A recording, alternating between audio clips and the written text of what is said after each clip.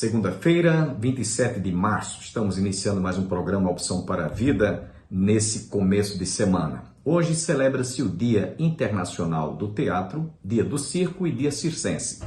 Foi-se os tempos passados em que nós íamos aos circos ver os espetáculos dos trapezistas, dos palhaços, dos artistas que passavam para a gente muita emoção. Hoje não se tem mais em nossos dias circos como eram realizados no passado.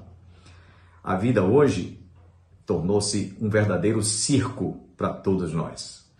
E muitas vezes nós somos os palhaços desse circo. Queremos nessa oportunidade lembrar a todos que hoje estaremos ouvindo a conclusão de um estudo que nós temos realizado sobre o livro de Neemias. E você também ainda ouvirá ao término deste programa uma música interpretada pelo pastor e cantor Luiz de Carvalho. Fiquemos com parte desse estudo que nós ministramos agora.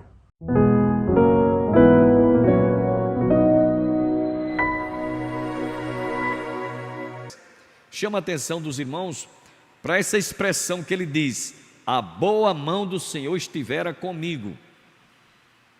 A boa mão do Senhor estivera comigo. Isso é convicção, isso é certeza, isso é fé, isso é confiança. Então, diante das dificuldades, das adversidades, seja em que área for da sua vida, lembre-se, o Senhor prometeu que estaria conosco. Como Neemias diz aqui, a boa mão do Senhor estava comigo, estivera comigo. Então, nós vemos aqui, irmãos, que nada intimidava, nada levaria a Neemias se sentir vencido, derrotado. E é assim que nós devemos nos comportar. Eu sei que diante de certas circunstâncias, na realidade a gente tem outro comportamento. Mas já que estamos vendo aqui como ele reagiu, por que não imitarmos esse exemplo dele?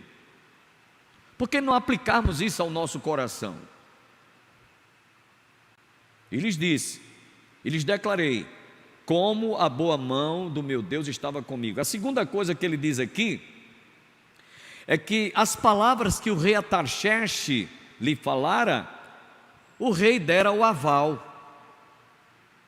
O rei Atarxerxes deu o aval, inclusive escreveu cartas para que ele, onde chegasse, eu até falei isso no último estudo, que aquilo era como uma espécie de um passaporte. Ele apresentava o passaporte, mesmo os inimigos de Jerusalém ou de Israel, quando visse que era o rei Atarxerxes que estava dando uma carta de recomendação, receba este homem, ele estava com a carta em mãos para que ele tivesse acesso aos lugares por onde ele haveria de passar. Então observe que ele tinha também o aval do rei. Bom, o rei havia dado carta branca, tinha lhe dado garantias de que realmente ele ia e voltaria com pleno êxito. Então ele tinha segurança que Deus havia movido o coração do rei Atarxerxes para que ele tivesse bom êxito naquela empreitada. E aí ele diz ainda mais, por isso ele afirma, e também as palavras que o rei me falara.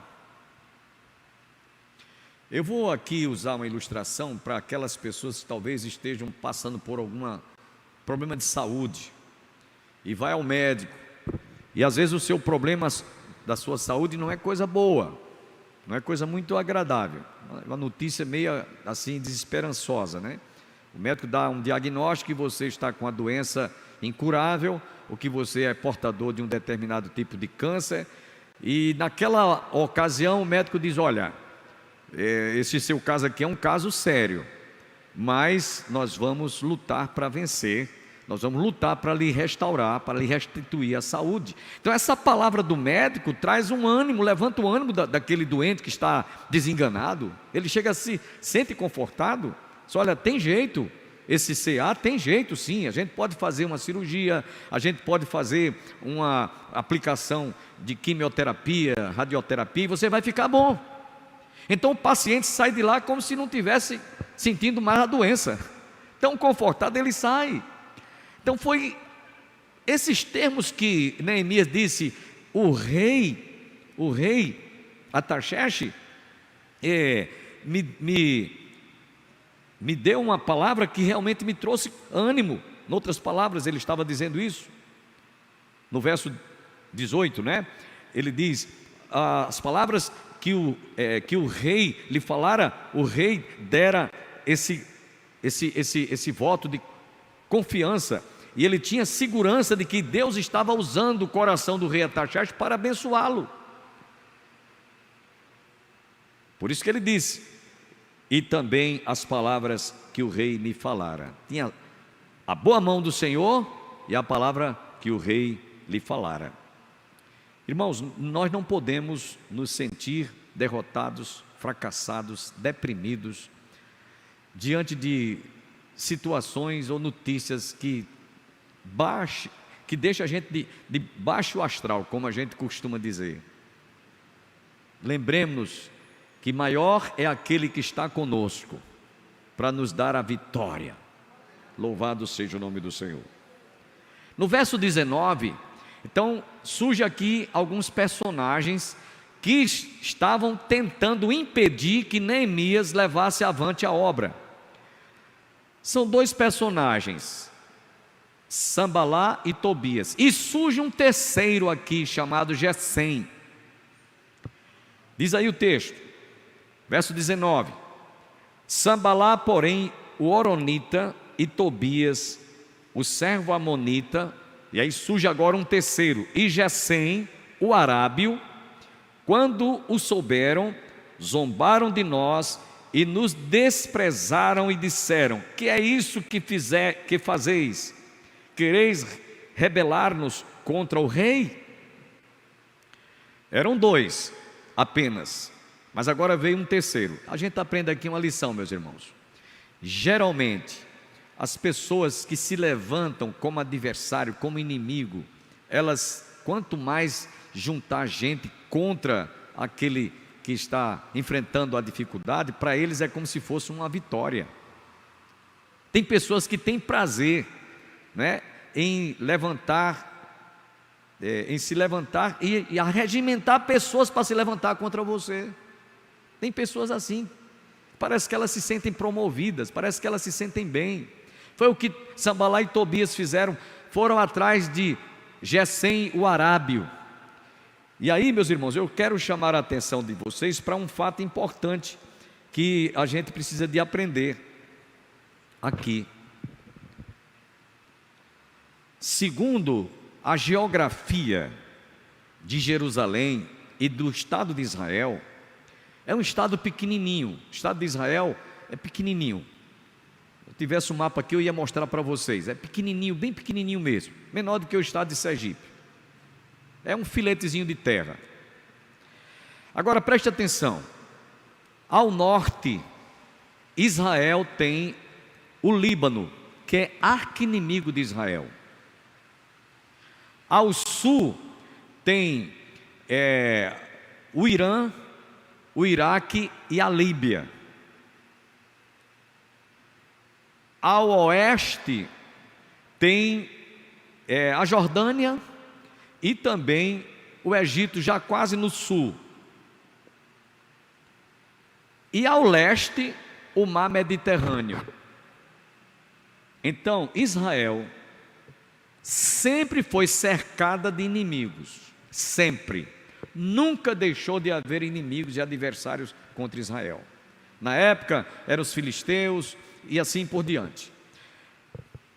Nos dias de Neemias, prestem bem atenção, esse Sambalá, ele estava ao norte de Israel, inimigo ferrenho.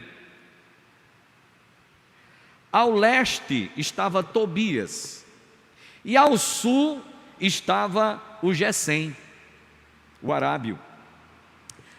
Esses inimigos estavam fazendo tudo o que fosse possível para que Neemias não levasse a obra de reconstruir, de restaurar as muralhas, as portas estavam queimadas, só tinha cinzas, e restaurar e reconstruir o templo. Então veja, que Israel sempre teve inimigos, sempre esteve cercada de inimigos, quer que fosse a época, quer que fosse a circunstância ou a situação. Nessa história aqui, além de Sambalá e Tobias, Gesem, o arábio, estava ali para botar terra, como a gente costuma dizer, para levar uma palavra de desânimo. Não vai dar certo, vocês estão levando. Veja o que é que ele diz aí no verso 19, que eu li para vocês. Ele diz assim: porém Sambalate, o horonita, e Tobias, o servo amonita, e Gesem, o arábio, quando souberam, zombaram de nós e nos desprezaram e disseram: que é isso? Que é isso que fazeis? Quereis rebelar-vos contra o rei? Ora, o rei Artaxerxes tinha dado carta de recomendação, estava de comum acordo, permitiu que Neemias, que era copeiro, fosse restaurar, fosse para Jerusalém e fosse reconstruir a cidade e tudo. Como agora que esses inimigos estão dizendo que eles estavam querendo se rebelar contra o rei Artaxerxes. Você veja que podemos dizer que isso aqui era uma fake news. Isso era uma fake news. Irmãos, preste atenção que a gente sempre precisa de ter discernimento das coisas. Discernimento que eu digo diante das circunstâncias, das adversidades. Nunca você alimente que as pessoas que estão ao seu redor, elas estão ali, muitas delas às vezes para lhe destruir, para lhe derrotar, para se levantar contra você e você perder o ânimo e não ser perseverante. Preste atenção, no capítulo 1, no versículo 10 e o versículo 19, estava ali Sambalá e Tobias. Eu vou ler para vocês o que eles estavam fazendo. Olha o que eles estavam dizendo, no capítulo 1, verso 10. Estes ainda são teus servos e o seu povo que resgataste com o teu grande poder e com a tua mão poderosa. No versículo 19, que eu li para você, capítulo 2, irmãos, verso 19, que eu acabei de ler para vocês. Porém Sambalate e o horonita e Tobias, o servo amonita, e Gesem, o arábio, quando souberam, zombaram de nós. Vocês vão ver lá no capítulo 4, esses personagens resistindo a Neemias de que ele não levasse adiante a obra. No capítulo 4, versículos de 1 a 4. Tendo Sambalate ouvido que edificávamos o muro, ardeu em ira e se indignou muito, escarneceu dos judeus. Então falou na presença de seus irmãos e do exército de Samaria e disse: que fazem estes fracos judeus? Permitir-se-lhes isso? Sacrificarão, darão cabo da obra num só dia? Renascerão acaso dos montões de pó as pedras que foram queimadas? Estava com ele Tobias, o amonita, e disse: ainda que edifiquem, vindo uma raposa derribará o seu muro de pedra. Ouve ao nosso Deus, pois estamos sendo desprezados. Caia o seu opróbrio sobre a cabeça deles e faze que sejam despojo numa terra de cativeiro. Vocês vão ver que Neemias, mesmo assim, entregou e confiou aqueles homens que estavam até soltando pilhérias, insultos, que eles estavam ali como alguém que estava reconstruindo o muro, que se uma raposa chegasse ali, poderia derribar. Veja o deboche, veja o escarnecimento, veja os insultos daqueles que não estavam gostando, não estavam achando nada bom a reconstrução dos muros. No capítulo 6, versículos 1 e o versículo 12 e o versículo 20, nós vamos encontrar eles insinuando, eles insistindo, eles fazendo realmente tudo para que Neemias se entregasse. No capítulo 6, verso 1: tendo ouvido Sambalate, Tobias, Gesem, o arábio e o resto dos nossos inimigos, que eu tinha edificado o muro e que nele já não havia brecha nenhuma, ainda que até este tempo não tinha posto as portas nos portais. No versículo 12: Então percebi que não era Deus quem o enviara. Tal profecia falou ele contra mim, porque Tobias e Sambalate o subornaram. Levantaram-se até profetas para profetizar contra aquele investimento de Neemias. No versículo 20, para a gente, no capítulo 4, versículo 20, a parte B, deixa eu ver aqui, eles não perderam de insinuar. A parte B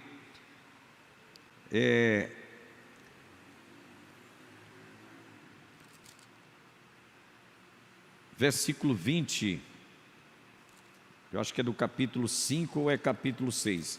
Eles continuaram insistindo para que Neemias se sentisse desanimado por suas palavras e por aqueles obstáculos que eles estavam colocando. O que é que a gente aprende aqui, irmãos?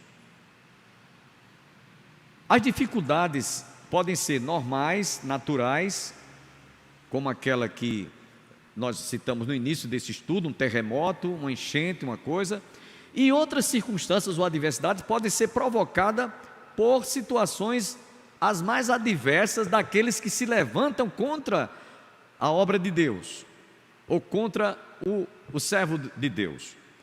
Mas lembremos-nos que quando alguém recebe em alguma circunstância, vem uma adversidade natural, às vezes é juízo de Deus. Às vezes é juízo de Deus. E quando vem, às vezes, por circunstâncias de inimigos que querem dificultar a obra de Deus, é para que nós possamos mostrar a resistência do Deus em quem nós cremos e confiamos. Deus resiste ao soberbo, irmãos. Deus resiste ao soberbo.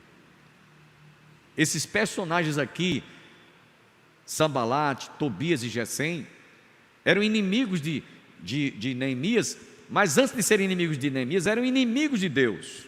E qual foi o fim deles, não é? Nós vamos ver lá adiante. Então, nesses versículos aqui, nós encontramos essas adversidades, esses obstáculos que foram criados por aqueles inimigos de Israel. No reino de Deus sempre existiu e nunca vai deixar de haver indivíduos levantados pelo inimigo para resistir à obra de Deus. Sempre vai acontecer. Inclusive, eu quero trazer aqui uma aplicação para a gente. Na igreja, a gente vai encontrar pessoas que trabalham e pessoas que dão trabalho. Há quem trabalha e há quem dá trabalho. E todo líder, geralmente, ele tem essas duas situações. Pessoas que estão ali para somar, para trabalhar, estão querendo realmente fazer a obra de Deus crescer, desenvolver, prosperar, progredir, construir, investir no reino de Deus, e tem aqueles que estão trabalhando contra, ou seja, estão dando trabalho. Sempre foi assim. Então, no Evangelho de São Mateus, capítulo 12, versículo 30, eu quero ler esse texto aqui para a gente tentar mostrar essa palavra que Jesus deixou. Capítulo 12, versículo 30 de Mateus. Olha o que é que Jesus fala aqui. Quem não é por mim, é contra mim, e quem comigo não ajunta, espalha. Palavras do Senhor Jesus. Então, Sambalate, Tobias e Gesem não estavam ali para ajudar, estavam ali para colocar desânimo, para desestimular, para deixá-los realmente sem condições de continuar a obra. E aí a gente vai lá para o livro de Terceira Epístola de João. Terceira Epístola de João. Eu estou tentando mostrar aqui para os irmãos que se aconteceu nos dias de Neemias, não pense que é diferente hoje não. Sempre foi assim. Sempre foi assim. Na terceira epístola de João, nós encontramos a história de dois personagens. Um era uma bênção para João, trabalhava na igreja como um baluarte, e outro era pedra de tropeço. Vamos ver isso aqui. Continue com a sua Bíbliazinha aberta, se quiser abrir aí agora, terceira epístola de João, capítulo 1, só tem um capítulo, versos 9 a 12. Terceira epístola de João. Escrevi alguma coisa à igreja, mas Diótrefes, que gosta de exercer a primazia entre eles, não nos dá acolhida. Por isso, se eu for aí, far-lhe-ei lembradas as obras que ele pratica, proferindo contra nós palavras maliciosas. E não satisfeito com estas coisas, nem ele mesmo acolhe os irmãos, como impede os que querem recebê-los e os expulsa da igreja. Que sujeito ordinário esse, né? Ordinário mesmo. E era crente, gente, não era ímpio não, está na igreja. Amado, não imiteis o que é mal, verso 11, senão o que é bom. Aquele que pratica o bem procede de Deus, aquele que pratica o mal jamais viu a Deus. Quanto a Demétrio, todos lhe dão testemunho, até a própria verdade, e nós também damos testemunho, e sabes que o nosso testemunho é verdadeiro. Então Diótrefes era uma pedra de tropeço, e Demétrio era uma bênção. Enquanto Diótrefes dava trabalho, Demétrio trabalhava, era uma bênção. E chama a atenção aqui que João disse que até a própria verdade, não apenas João, mas a própria verdade dava bom testemunho a respeito do comportamento daquele cristão chamado Demétrio. Aí eu quero perguntar a você, aplicando isso aqui, você está na condição daqueles que estão mais para dificultar a obra de Deus ou ajudar a obra de Deus? Você está na condição de um Tobias, de um Sambalate, de um Gesem, ou você está na condição de um Demétrio, que estava fazendo com que a própria verdade desse um bom testemunho a respeito do trabalho que ele estava realizando naquela igreja?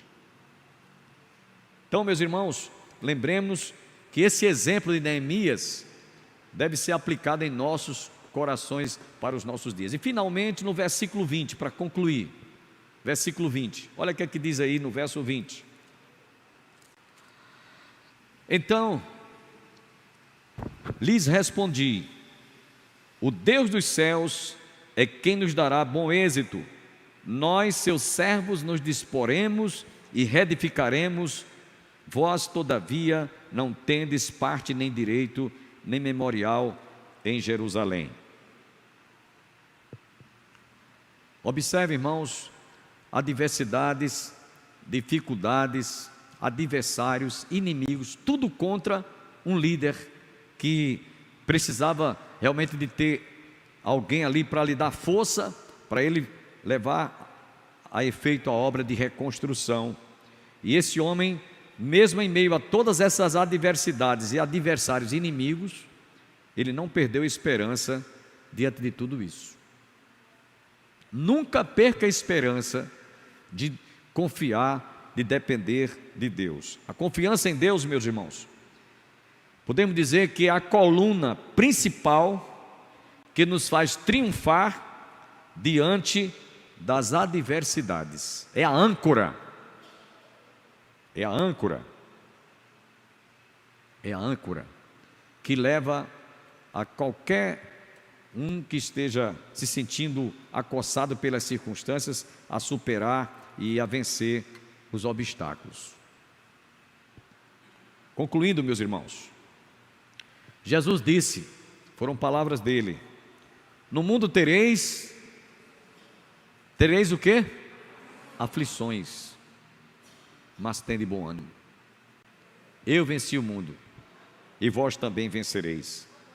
Pastor, mas se a gente vier a passar por alguma crise, por alguma dificuldade, por permissão divina, para que a gente possa dar provas da nossa dependência dele, da nossa confiança nele, como é que fica a situação da gente? Deus vai estar concordando com aquela situação em que nós estejamos passando? Vamos ver, em resposta a essas indagações, 2 textos e aí eu concluo. Um está lá no Evangelho de São Marcos, Jesus falando dos últimos dias, quando nós estivéssemos passando por perseguição, lutas, provação, como Neemias estava enfrentando adversidades. E aí você vai abrir agora a sua Bíblia no Evangelho de Marcos, capítulo 13, versos 9 a 13. Prestem atenção o que Jesus falou. Estai vós de sobreaviso, porque vos entregarão aos tribunais e às sinagogas, sereis açoitados e vos farão comparecer à presença de governadores e reis por minha causa, para lhes servir de testemunho. Mas é necessário que primeiro o Evangelho seja pregado a todas as nações. Quando, pois, vos levarem e vos entregarem, não vos preocupeis com o que haveis de dizer, mas o que vos for concedido naquela hora, isto falai, porque não sois vós os que falais, mas o Espírito Santo. Um irmão entregará à morte outro irmão, e o pai ao filho. Filhos haverá que se levantarão contra os progenitores e os matarão. Sereis odiados de todos por causa do meu nome. Aquele, porém, que perseverar até o fim, esse será salvo. Pastor, como é que o senhor acabou de dizer que aqueles que estiverem confiando em Deus serão vitoriosos? E aqui está Jesus mostrando nesse sermão profético, escatológico, que nos últimos tempos muitos serão até perseguidos, entregues pelos pais, pelos irmãos, e alguns até serão mortos. Como é que se explica isso, pastor? Meus irmãos, uma explicação simples que nós temos para dar é que você precisa de entender que por causa do nome de Jesus, ainda que nós sejamos ameaçados de serem mortos, lembremos que Ele deu a sua vida por nós. Ele derramou o seu sangue. E o que é que eu posso fazer? Num gesto de reconhecimento por aquilo que Ele fez por mim. Ser fiel. Essa é a resposta. Ser fiel até a morte, e dar-te-ei a coroa da vida. Amém? E no Evangelho de São Lucas, ainda capítulo 21, versos 12 a 19, Jesus fala semelhantemente, quase que as mesmas coisas que eu acabei de ler para você, nos versos 12 a 19. Antes, porém, de todas estas coisas lançarão mão de vós e vos perseguirão, entregando-vos às sinagogas e aos cárceres, levando-vos à presença de reis e de governadores por causa do meu nome. E isto vos acontecerá para que deis testemunho. Assentai, pois, em vosso coração de não vos preocupardes com o que haveis de responder, porque eu vos darei boca e sabedoria, a que não poderão resistir nem contradizer todos quantos se vos opuserem, e sereis entregues até por vossos pais, irmãos, parentes e amigos, e matarão alguns de vós. De todos sereis odiados por causa do meu nome. Contudo, não se perderá um só fio de cabelo da vossa cabeça. É na vossa perseverança que ganhareis a vossa alma. Amém, meus irmãos? Eu li o Evangelho de Lucas, capítulo 21, versos 12 a 19. Por que eu estou concluindo esse estudo de hoje, citando esses versículos últimos, que falam de sofrimento, que falam de perseguição, que falam daqueles que vão sofrer e padecer por causa do Evangelho, por causa do nome de Jesus? Sabem por quê, irmãos? Porque Neemias não se sentiu ameaçado, não se sentiu intimidado, ainda que aqueles inimigos de Israel, Sanbalate, Tobias e Gesem, estivessem ali fazendo oposição, eles não se renderam. Eles não se renderam. Assim também devemos nós ter esse mesmo comportamento. Ante as dificuldades, as perseguições, as adversidades, não perca a esperança de testemunhar do poder de Deus em sua vida. Até amanhã, se Deus assim nos permitir. Amém.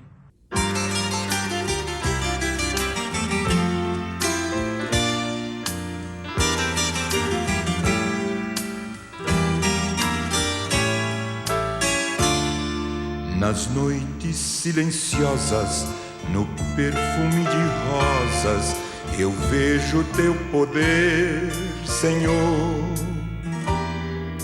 No céu estrelado, no dia ensolarado, eu vejo teu poder, Senhor.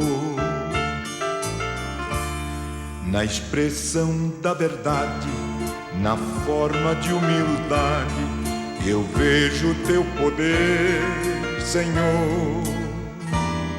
No alívio da dor e num gesto de amor, eu vejo teu poder, Senhor. Eu vejo teu poder, Senhor. Eu vejo teu poder, Senhor. Na ave a voar, no bramido do mar, eu vejo teu poder, Senhor.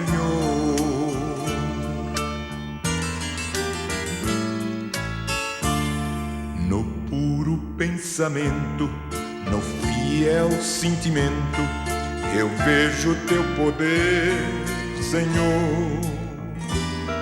Na chuva a cair, na criança a sorrir, eu vejo teu poder, Senhor. Eu vejo teu poder, Senhor. Eu vejo teu poder, Senhor. Na ave a voar, no bramido do mar, eu vejo teu poder, Senhor.